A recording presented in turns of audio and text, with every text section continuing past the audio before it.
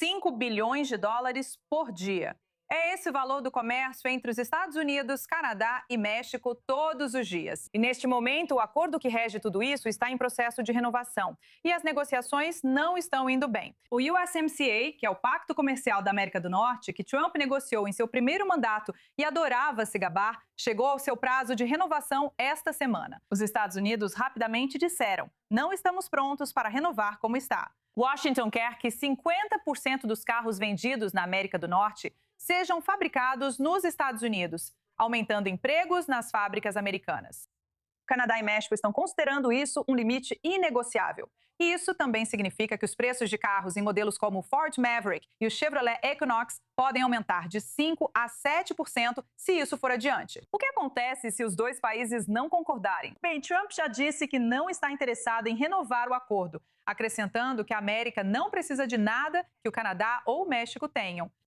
Agora conosco está Moshe Lander, professor sênior de economia na Universidade de Concórdia. Como economista canadense, ele tem interesse direto em como isso vai se desenrolar. Então, Moshe, qual é a situação real aqui? Por que você acha que Trump, de repente, ficou tão desiludido com o acordo que ele mesmo fez?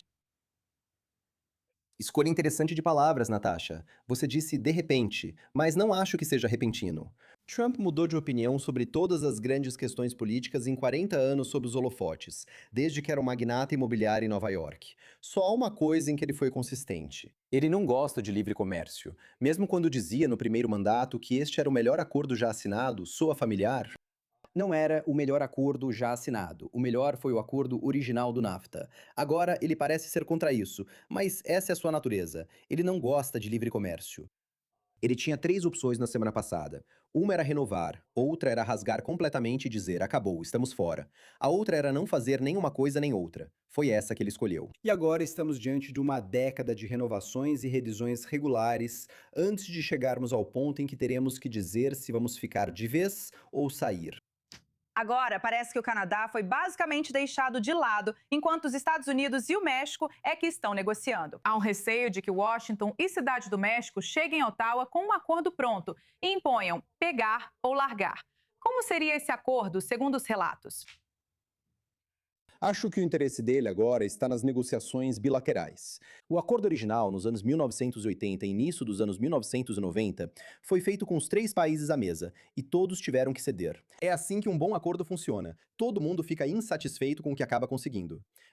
O que ele fez agora foi tentar separar o México e o Canadá, basicamente isolar eles e usar a posição dos Estados Unidos como economia dominante no comércio bilateral para dizer, olha, é assim que vamos fazer as coisas. Mesmo que ele feche acordo com o México, não creio que o México esteja pronto para chegar ao Canadá e dizer aceite ou deixe.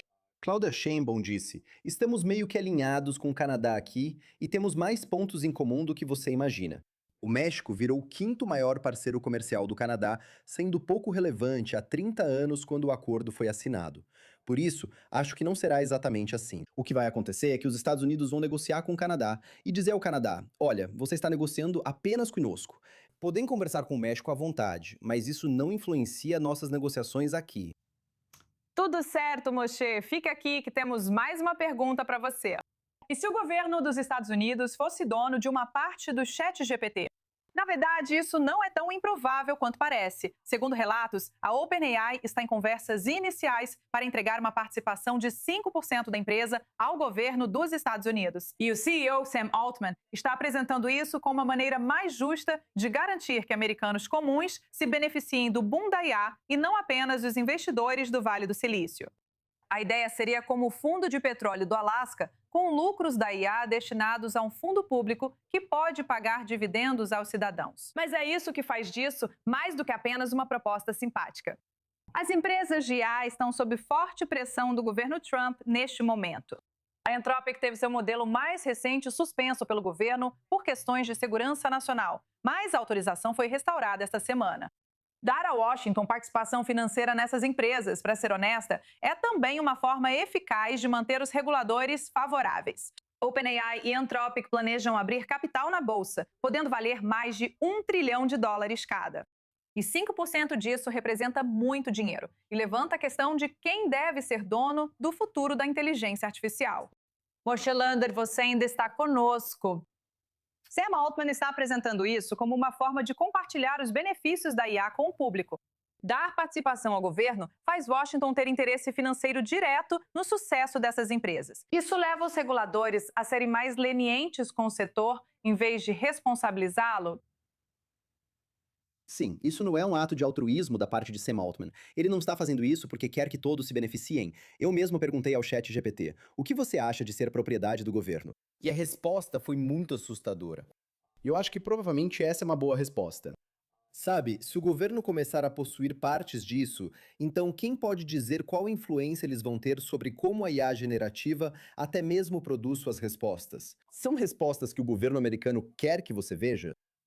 E claro, a fonte dos dados dela pode ser facilmente influenciada pela regulamentação do governo. Em condições normais, os reguladores do governo poderiam ser vistos como mais desconfiados disso. Mas é claro que o que vimos nos últimos anos é que muitas das normas e regulamentações que existiam nos Estados Unidos foram jogadas pela janela, e a aproximação das empresas com o governo e vice-versa está se tornando muito mais comum.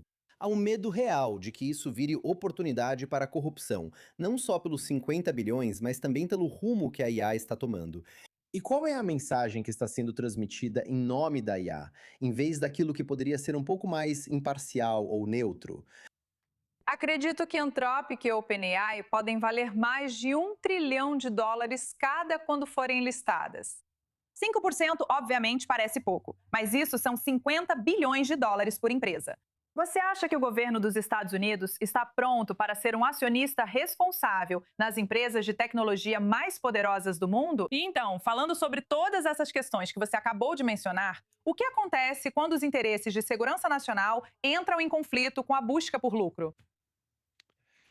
Essa é a questão. Empresas privadas são motivadas exclusivamente pelo lucro, como deveria ser. É isso que gera inovação e estimula novas ideias, criatividade, preços mais baixos, maior variedade de produtos e coisas desse tipo. Sabe, tudo isso vem da busca por lucro. Quando o governo entra na jogada, você já não tem mais certeza se está sendo movido pelo lucro ou se está tentando satisfazer o governo. E quando você vê os reguladores do governo entrando e dizendo, olha, isso é uma questão de segurança nacional, será mesmo? Ou será que isso é só uma forma deles justificarem que querem pegar isso para eles e tirar uma fatia? Se você olhar para a forma como o governo dos Estados Unidos tem lidado com o Bitcoin e outras criptomoedas, sabe, há várias preocupações com segurança nacional ali. Mas eles parecem bem dispostos a fazer negócios com essas empresas, mas não em nome da segurança nacional, e sim para lucrar. Vimos as últimas declarações de renda de Trump. Ele ganhou mais de US$ 2 bilhões em 2025, grande parte vindo de criptomoedas. Será que vamos descobrir que essa é apenas uma forma do governo lucrar e extrair dinheiro da tecnologia? Não estou convencido de que US$ 50 bilhões do governo sejam o caminho certo para agir. Apesar de ser dinheiro real para nós, a economia dos Estados Unidos é de cerca de US$ 30 trilhões. Então, 50 bilhões é apenas um erro de arredondamento. Então, não tenho tanta certeza de que eles estejam preocupados se isso vai ser uma quantia realmente relevante para eles, especialmente se isso lhes der uma quantidade enorme de influência e controle sobre um setor que eles promovem como sendo o futuro. Sabe, tudo isso é tão avassalador, acho que já estamos cobrindo IA há anos. Obviamente, parece estar no seu auge, e isso nem é justo. Acho que, a partir daqui, só vai crescer, tanto a adoção quanto o uso. Então, ver o governo dos Estados Unidos ter, para ser bem honesta, uma participação tão grande, tanto na OpenAI quanto na Anthropic, é algo sobre o qual acho que todo cidadão deveria estar pensando agora. Moshi, muito obrigado por estar aqui explicando esses temas. Espero que volte em breve.